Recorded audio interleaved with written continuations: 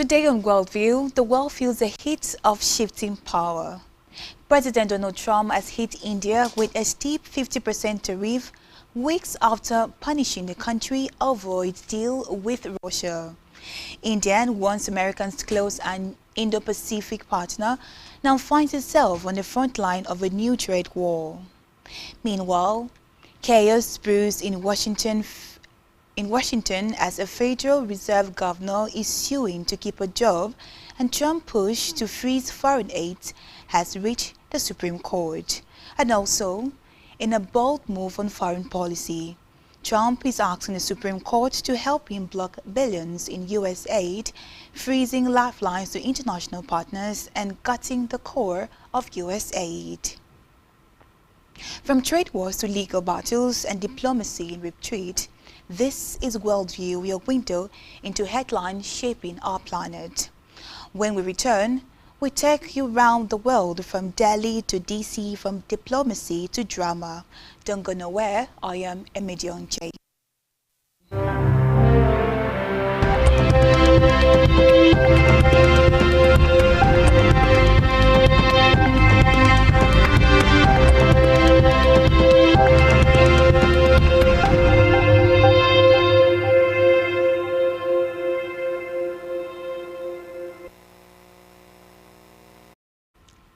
Many thanks for staying tuned. We begin Worldview today from the White House, where Denmark's foreign minister has summoned the top U.S. diplomat in Copenhagen following a report that American citizens have been conducting covert operations in Greenland. Denmark's public broadcaster, Dr. quoted sources as saying the aim was to infiltrate Greenland society and promote its cession from Denmark to the U.S., although it was unable to clarify who the men were working for. Danish International War on Greenland was being targeted by various kinds of influence campaigns.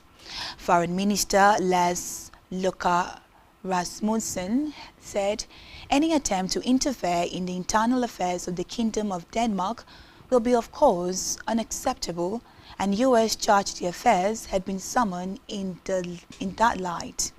Newsman has also approached the U.S. Embassy for comment, even though it's not been given yet. However, U.S. President Donald Trump has said several times he wants to annex Greenland, an autonomous part of the Kingdom of Denmark, and Vice President Jenny Vance has accused Copenhagen of underinvesting in the territory. In tariff matters, Donald Trump's steep 50% tariff on India have kicked in weeks after the U.S. president issued an executive order imposing an additional 25% penalty on India over its purchases of Russian oil and weapons. This makes India one of the U.S. strongest partners in the Indo-Pacific, among the countries hit with the highest tariffs in the world. This could deal a blow to exports and growth in the world's fifth largest economy, given that the U.S. was, until recently, India's largest trading partner. In the meantime, the tariff setback has sent the Indian government into firefighting mode. Earlier this month, Indian Prime Minister Narendra Modi made a promise to cut taxes to mitigate the economic impact. He also urged domestic self-reliance. In this next report, a Federal Reserve Governor, Lisa Cook, will file a lawsuit to prevent President Donald Trump from firing her. A lawyer for the embattled central bank official said on Tuesday, kicking off what could be a protracted legal fight over the White House effort to shape U.S. monetary policy. Cook's lawyer has said that his attempt to fire her, based solely on a referral letter, lacks any factual or legal basis, and also added that they will be filing a lawsuit challenging their illegal action.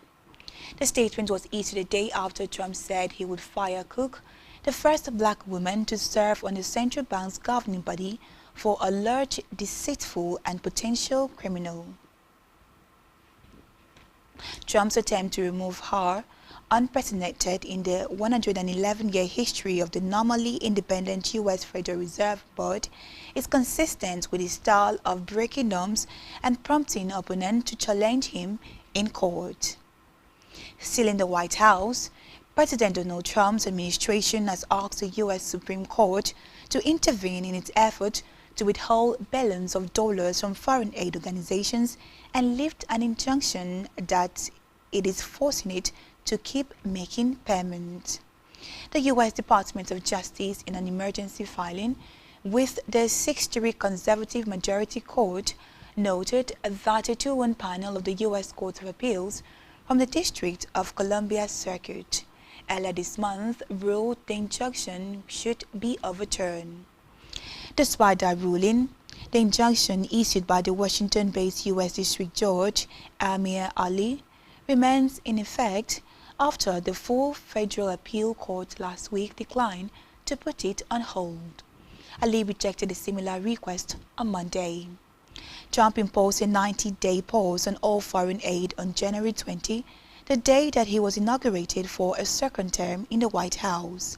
His executive order was followed by aggressive moves to gutting U.S. aid. The main U.S. foreign aid agency, including placing much of its staff on leave and exploring bringing the formerly independent agency under the State Department. In a separate development, Brazilian President Luiz Inácio Lula da Silva has said that Justice Minister Ricardo Lewandowski had his United States visa revoked, voicing solidarity in the face of what he called an irresponsible decision. Lula said during a cabinet meeting, referring to other previously announced U.S. visa restrictions, that these attitudes are not acceptable. He also added that not only against Minister Lewandowski, but also against Supreme Court justices or any Brazilian official. The U.S. State Department did not immediately respond to a request for comment. Let's move now to the Asian Pacific region, where South Korea passed a bill today to ban the use of mobile phones and other digital devices in schools classrooms nationwide, as concerns grow about the impact of heavy social media use among the young. The ban, which takes effect from March next year, makes South Korea the latest country to restrict the use of smartphones and social media among minors. Australia recently widened its pioneering ban on social media for teenagers. A ban on mobile phones in Dutch schools has improved focus among students, a study found in July. In a sad development, an Australian school bus veered off the road and crashed today, killing a girl and injuring 11 others, Victorian State Emergency Service said. Police said the bus was carrying 28 students from Christian College, Geelong, when it failed to negotiate a left-hand turn on a rural road near the city of Geelong and rolled over. In this next report, 2 police officers who were shot dead while on duty in a rural Australian town have been named as a massive search continues for the alleged killer. Victoria Police identified the victims as a 59-year-old detective, Neil Thompson, a local officer on the brink of retirement, and a 35-year-old senior constable, Vadim Dewart. The pair had travelled to the property in Porepulkan, northeast of Melbourne, alongside 8 colleagues to execute a warrant for alleged sexual offences. Another officer was seriously injured in the shootout, but he is recovering very well. Police said the suspect, named as Locoman DeFries Freeman, age 56, is heavily armed and still at large more than 24 hours on. In Thailand, authorities said today that Typhoon Kajiki and flooding has triggered and also killed 8 people, including 1 in Thailand and 7 in Vietnam, with the Vietnamese government warning of more flash floods and mudslides to come. The storm, which made landfall in Vietnam on Monday afternoon before weakening into a depression, has since caused widespread flooding and landslides in both Vietnam and Thailand. Heavy rains have caused floods and landslides in 8 provinces in Thailand, affecting more than 180 households, Thailand Department of Disaster Prevention and Mitigation said today.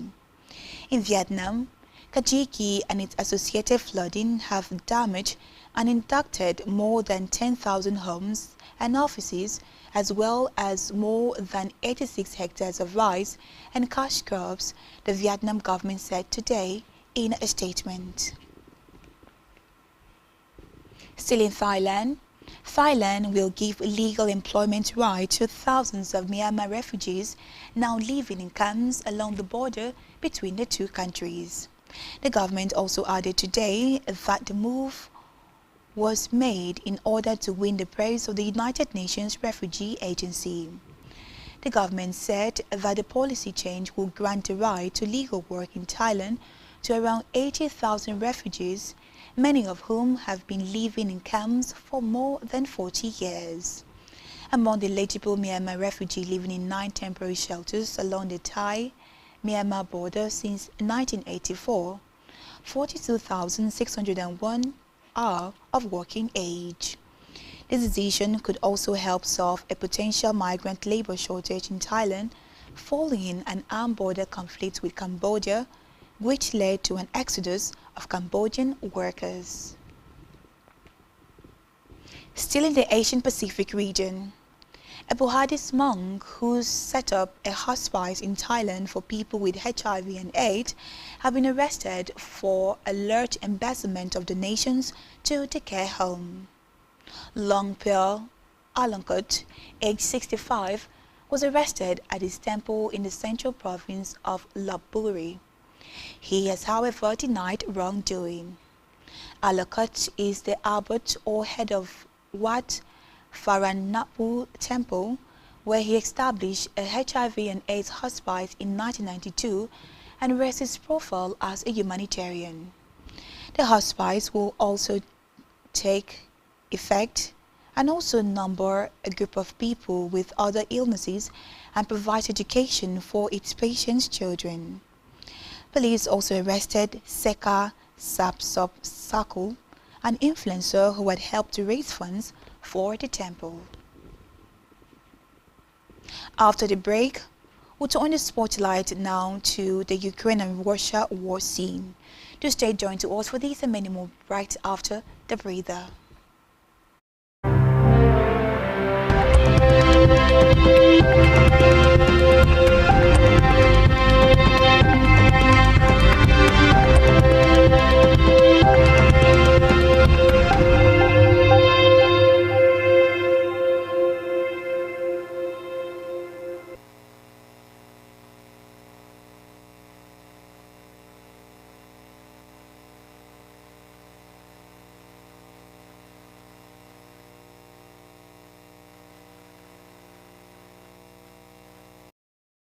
Many thanks for staying tuned.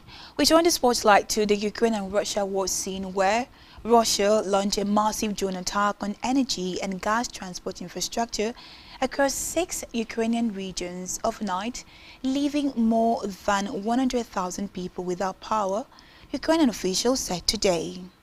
The Energy Ministry said on a Telegram messaging service that Russian forces significantly damaged gas transport infrastructure in Poltava region and struck equipment at one of the key substations in the Sumy region.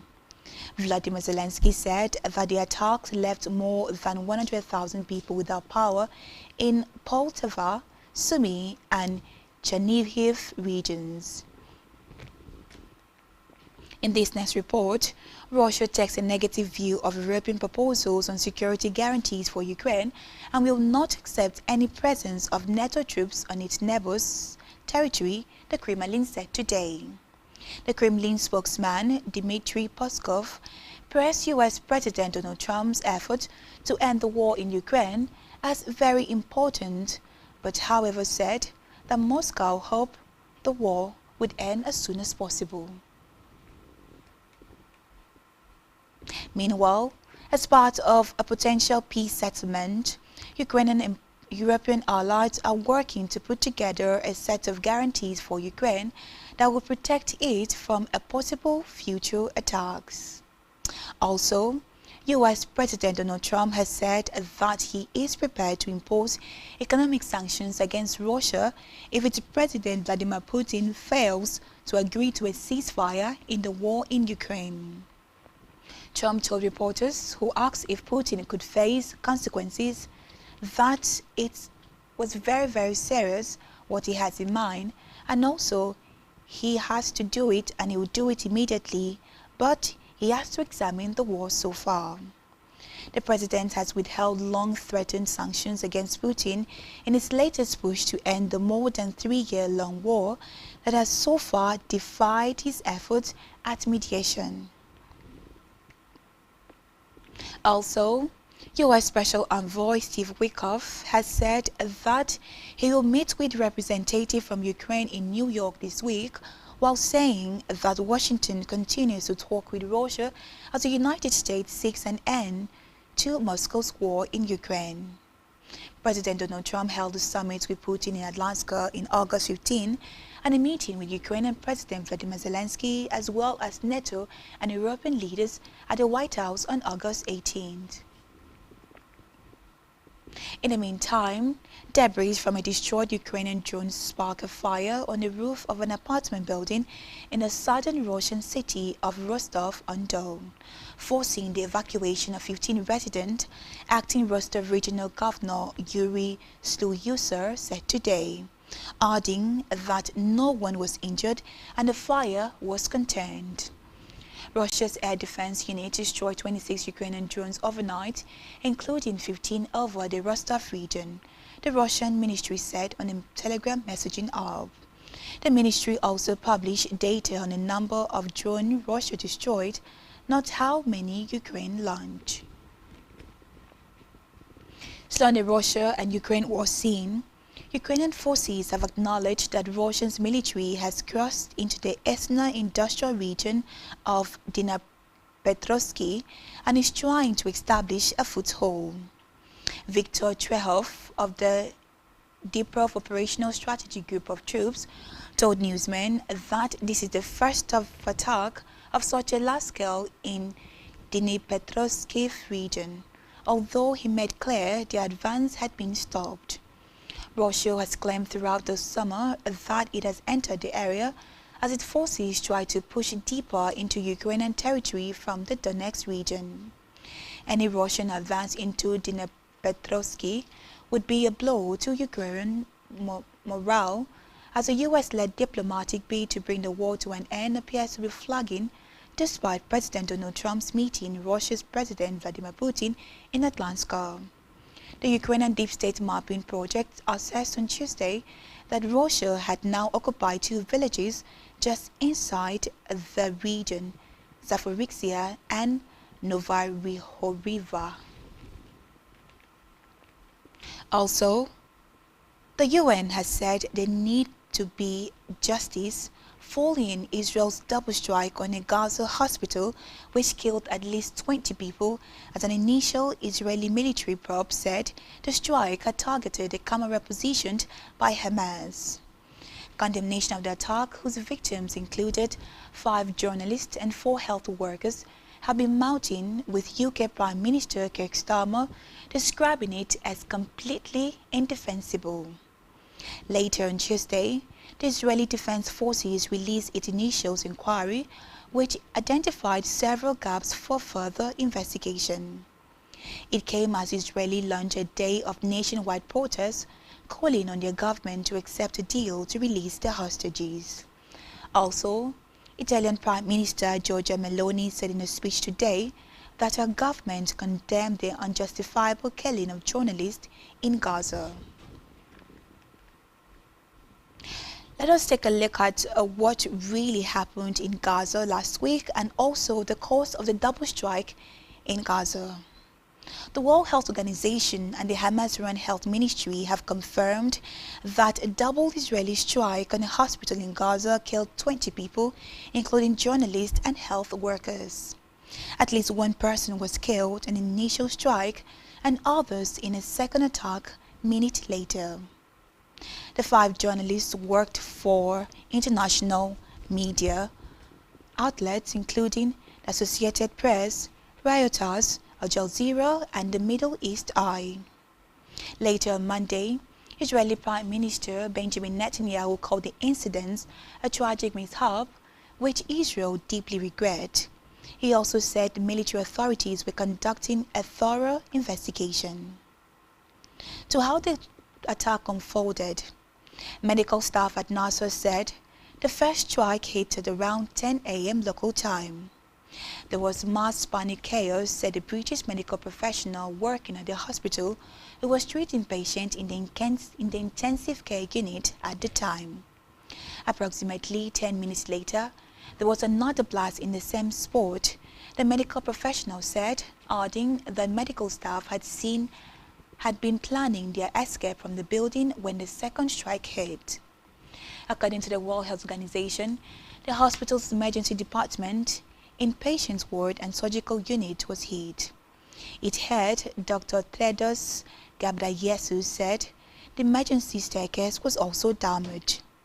A live stream seen on social media shows several emergency workers responding to the first strike near the top floor of Nasser Hospital, as a number of journalists in the background filmed what was happening.